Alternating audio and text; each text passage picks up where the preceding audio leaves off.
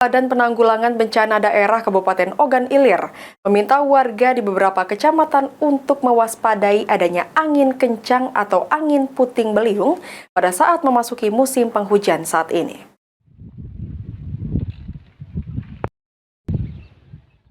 Dikemukakan Kepala Badan Penanggulangan Bencana Daerah Kabupaten Ogan Ilir, Edi Rahmat. Menurutnya saat ini di wilayah Kabupaten Ogan Ilir tengah mengalami musim penghujan yang diawali dengan angin kencang.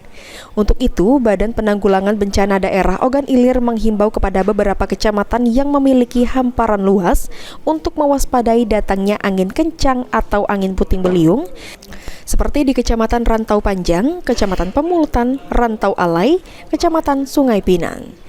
Diberitakan sebelumnya sebanyak 25 rumah telah rusak porak-poranda diterbang angin kencang atau angin puting beliung. Walaupun tidak ada korban jiwa, kejadian ini menyebabkan kerusakan rumah milik warga.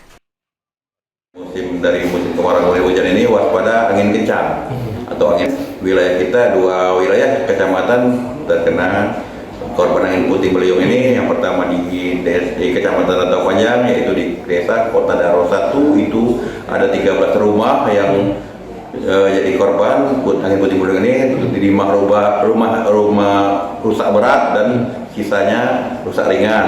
Kemudian di Kecamatan Sungai Pinang ada 12 rumah yang rusak ringan itu 3 rumah, yang rusak berat 3 rumah, yang rusak ringan ada 10 rumah. Kemudian di Desa Penyandingan, masih di Kecamatan Sungai Pinang, ada 1 rumah rusak ringan. Nah ini terus harus menjadi perhatian kita waspada terhadap angin kencang ini.